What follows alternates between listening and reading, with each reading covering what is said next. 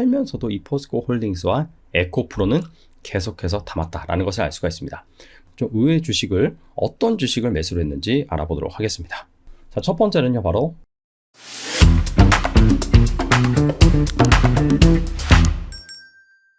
자, 지난주 외국인의 수급을 살펴보면 코스피 시장, 코스닥 시장에서 계속해서 매도를 했습니다. 8월 17일 이때 당시를 보면은 잠깐 순매수를 한 것을 알 수가 있지만은 그 규모가 크지 않았고요. 역시나 8월 18일에는 다시 양시장에서 매도 물량을 쏟아냈습니다. 최근에 중국 경기가 좋지 못하다는 시그널 계속해서 나오고 있고 부동산 위기 불거지고 있고 그래서 밸류에이션 부담감을 안고 있는 미국 증시 역시 조정이 나오는 상황입니다. 우리나라 역시 외국인의 수급 관점에서 이 부정적인 그런 시그널이 계속해서 나오고 있는데요. 자, 그럼에도 불구하고 과연 외국인은 지난주 어떤 주식을 사들였는지, 투자 관점에서는 어떤 인사이트를 제공하는지 알아보도록 하겠습니다. 자, 지난주 8월 14일부터 18일까지 외국인의 양시장별 순매수 상위 섹터 현황입니다. 외국인 순매수 상위 30개 종목을 대상으로 섹터 구분을 양시장에서 해봤는데요. 코스피 시장에서는 철강과 광물 섹터를 가장 많이 사들였고 코스닥에서는 2차전지를 무려 55% 절반 이상을 사들였습니다. 근데 이 코스피 시장에서 가장 많이 산 종목이 바로 포스코 홀딩스고요. 코스닥에서는 에코프로입니다. 철강과 광물 섹터를 많이 샀다라고 해서 포스코 외에 다른 종목을 산 건 아니고 포스코만 많이 샀다. 반대로 이 코스닥 시장에서도 2차 전지라고 해서 다양한 그런 주식을 사는 게 아니라 바로 에코프로만 샀다. 그래서 외국인은 지난주 코스피와 코스닥 시장이 별로 좋지 않았음에도 외국인의 순매도가 계속해서 나왔음에도 불구하고 팔면서도 이 포스코 홀딩스와 에코프로는 계속해서 담았다라는 것을 알 수가 있습니다. 물론 일자별 순매수 현황을 보면 한 3일 정도 담고 하루 정도는 팔았습니다. 자, 그럼에도 불구하고 이 총 순매수 규모가 상당히 좀 압도적이었다라고 볼 수가 있는데, 자, 일단은 두 종목이 최근에 시장이 좀 조정을 받으면서 좀 고점 대비 조정을 받으면서 개인들의 순매도 물량이 좀 나왔습니다. 그 부분을 좀 단기적으로 트레이딩 관점에서 받은 부분도 분명히 있는 것으로 해석이 됩니다. 자, 추가적인 펀더멘탈적인 이슈 살펴보면은 지난주에 이 리튬 광물 확보를 위한 경쟁이 치열하다. 그런 얘기가 중국 쪽에서 많이 들렸어요. 자, 먼저 전기차 시장 확대되는 중국, 리튬 확보 경쟁 치열하다. 이 기사를 읽어보시면은 스촨성 진전형 라자거우의 리튬 광산 탐사권이 시초가, 이 경매 시작가보다 무려 1800배 가량 높은 가격에 낙찰이 됐다. 자, 그런 얘기가 나오고요. 근데 이게 끝이 아니라 계속해서 이런 이슈가 이어집니다. 반토막난 리튬 1300배 주고 사갔다. 닭공 나선 중국. 이 기사에도 보면은 올 들어서 리튬 가격은 50% 정도 빠졌지만은 향후 수요가 더 확대될 것이란 기대가. 중국 스촨성 정부가 운영하는 스촨 공공자원거래센터 자료에 따르면 이번 주 초 마감된 스촨성 마월캉형 자다 리튬 광산 탐사권 변매가 무려 5억 8천만 달러. 환화로 환산하면 7,750억 정도의 규모인데 이게 또 시초가 대비 1,300배 수준입니다. 그러니까 중국에서는 지금 리튬 광산 탐사권 이런 거래가 이어지고 있는데 사실 탐사권이기 때문에 실제로 타봐야지 알 수 있거든요. 얼마나 매장되어 있는지. 물론 이제 어느 정도 측정을 해서 이 정도의 부가가치가 있다. 이런 정보를 가지고 경매를 진행하겠죠. 근데 어쨌거나 이런 탐사권에 시초가 대비 거의 1000배 이상 낙찰되는 케이스가 계속해서 나오고 있다. 리튬 가격 같은 경우에는 사실 작년에 너무 많이 올랐죠. 너무 많이 올라서 올해 같은 경우에는 약간 좀 변동성을 보이면서 빠졌다 올랐다가 최근엔 다시 좀 빠지고 있습니다. 자, 그럼에도 불구하고 이 미래의 수익성, 미래의 이 수요를 감안을 해서 중국에서는 계속해서 이 리튬 수요가 폭발적으로 늘어나고 있다. 회사들이 그런 비즈니스에 적극적으로 참여하고 있다. 자, 그런 의미겠죠. 또 추가적으로 테슬라가 이번 주에 주가가 좋지 않았죠. 근데 그 주가가 좋지 않았던 이유 중에 하나가 리튬 공급업체인 호주의 코어 리튬이 제대로 리튬 공급을 하지 않았다라고 하면서 법적 소송을 예고를 했습니다. 자, 전기차 1위 테슬라 역시 이 리튬 공급 부족에 시달리면서 이게 테슬라 주가의 발목을 잡은 측면도 있다. 이런 식으로 기사가 해석을 하고 있습니다. 전반적으로 지난주 같은 경우에는 이 리튬 확보에 대한 전쟁 이런 것들이 약간 좀 부각이 되면서 이걸 제대로 하지 못했던 테슬라가 좀 조정을 받으면서 이 리튬 쪽으로 좀 시선이 쏠리지 않았나 라는 부분이 있고요. 자, 이런 것들이 우리나라의 수직 계열화, 리튬이라든지 니켈, 이 광산 쪽 밸류체인을 그나마 투자하고 있는 그나마 보유하고 있는 에코프로나 포스코 홀딩스 이 두 주식에 관심이 집중되는 결과를 낳지 않았나 생각해 볼 수 있는 대목입니다. 그리고 최근에 이 양극재 7월 수출 현황이 발표가 됐습니다. 그래서 이 부분을 좀 더 브리핑을 해드리면 월별 양극재 수출액입니다. 3월을 기점으로 해서 계속해서 감소를 했었습니다. 자, 그러다가 7월 달에 드디어 이 양극재 월별 수출액이 반등을 했고요. 수출량을 보시면은 그 반등폭이 더 많이 나온 것을 알 수가 있습니다. 지난 3월이 가장 많았는데 그 3월과 비슷한 수준의 수출량을 기록을 했고요. 자, 수출량은 상당히 좀 많이 는 것처럼 보이는데 수출액은 생각보다 증가폭이 좀 낮았죠. 자, 그만큼 가격은 하락했다라고 볼 수 있습니다. 거의 한 9%, 10% 정도 전월 대비 가격이 하락을 했습니다. 자, 양극재 가격 같은 경우에는 올 들어서 계속해서 하락을 하고 있는데 이게 결과적으로는 리튬 가격에 후행을 하게 되어 있습니다. 리튬 가격 같은 경우에는 올 들어서 한 4월까지 하락을 했다가 4월을 기점으로 7월까지 다시 반등을 했습니다. 자, 그러다가 최근에는 다시 좀 하향 조정되고 있어요.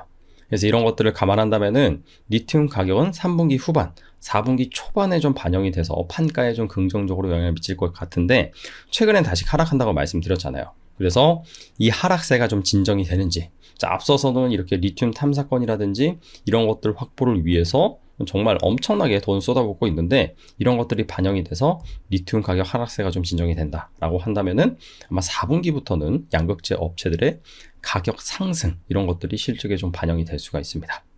자, 그리고 지역별 양극재 수출 현황을 살펴보면 청주 지역, 여기가 이제 에코프로 비엔과 LG화학의 공장이 있는 곳인데 이쪽에서 상당히 많이 늘어난 것을 알 수가 있습니다. 수출액은 전월 대비 26%, 수출량은 36.8% 증가를 했습니다. 가격은 한 7.8% 빠졌고요. 그래서 청주 지역에서 가장 리튬 수출이 많이 일어났다. 에코프로 비엠이 최근 컨퍼런스 콜에서 언급한 3분기 수출 출하량, 이게 한 20% 정도 될 것이다 라고 가이던스를 제시를 했는데 이 추세라면은 충분히 달성할 것으로 예상이 되고요.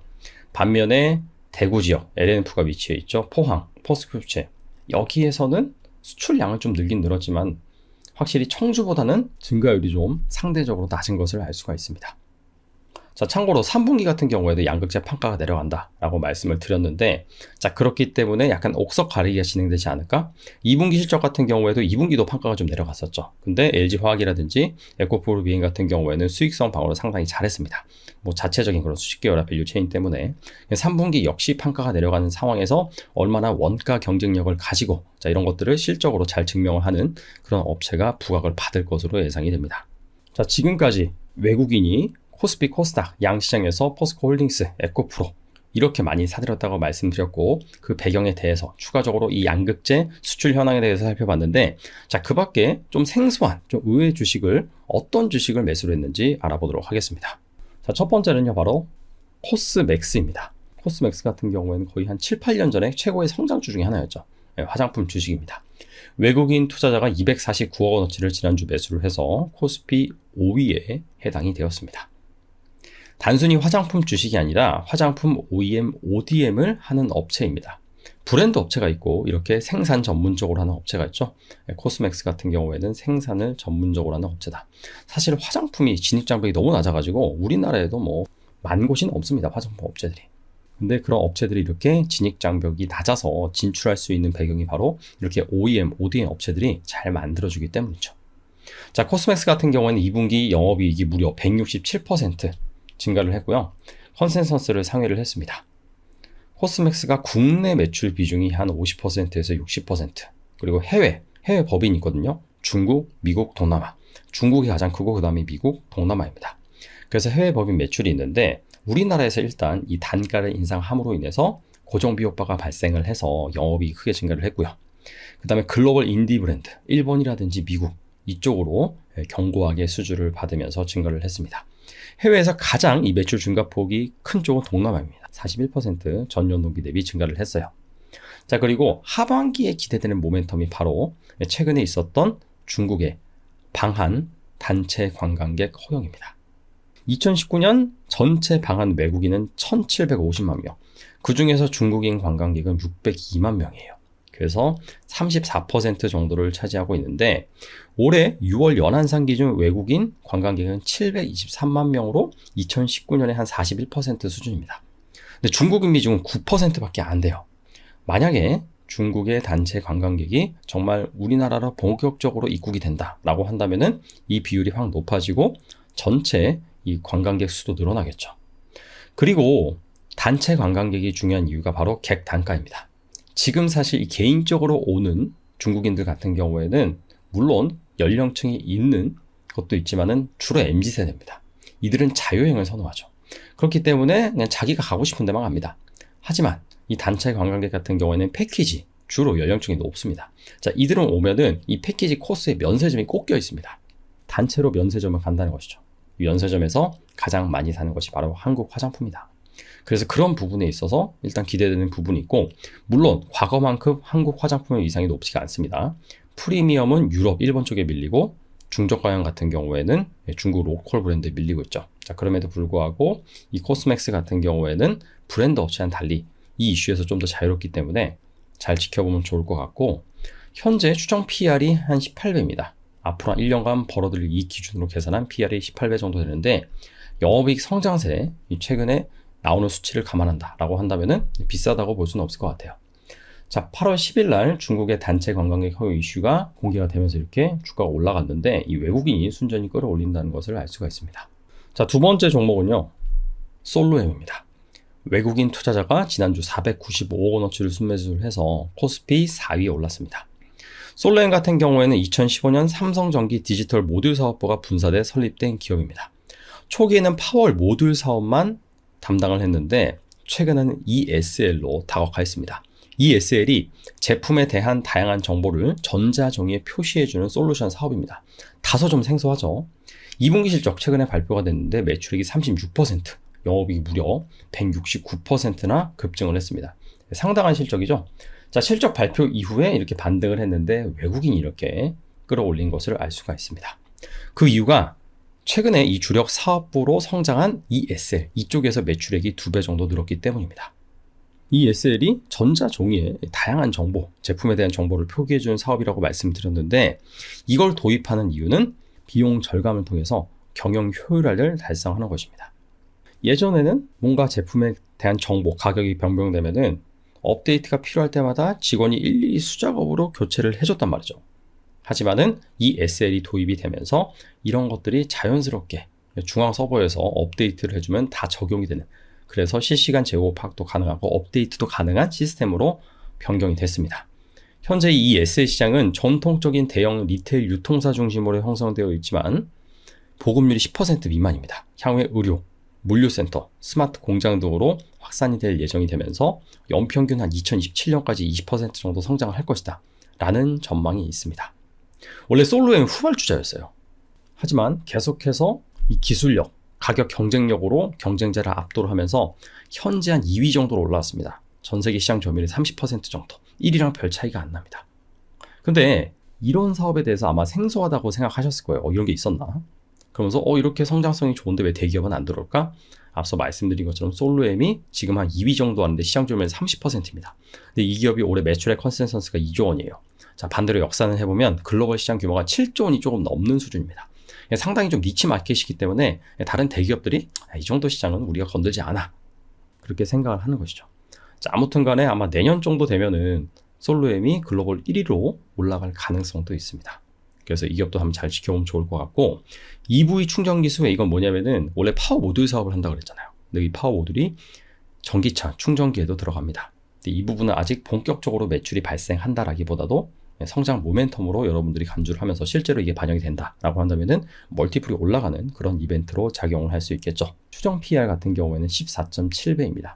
비싸다고 볼 수 없는 가격 같아요. 이러한 성장이 지속되는지 잘 살펴본다라고 한다면 투자 기회가 있을 것으로 보입니다. 자, 오늘 지난주 시장이 좋지 않았음에도 외국인이 계속해서 순매도를 했음에도 불구하고 어떤 주식을 사들였는지 살펴봤는데, 포스코홀딩스, 에코프로도 있었고요. 그 다음에 약간 좀 생소한 그런 주식도 있었습니다. 지수는 좀 박스권이 하단으로 점점 내려오고 있는 상황에서 순환매 장세가 이루어지고 있는데, 좋은 투자 아이디어 있는 주식을 잘 찾아보면은 좋은 기회가 있지 않을까 생각이 됩니다. 감사합니다.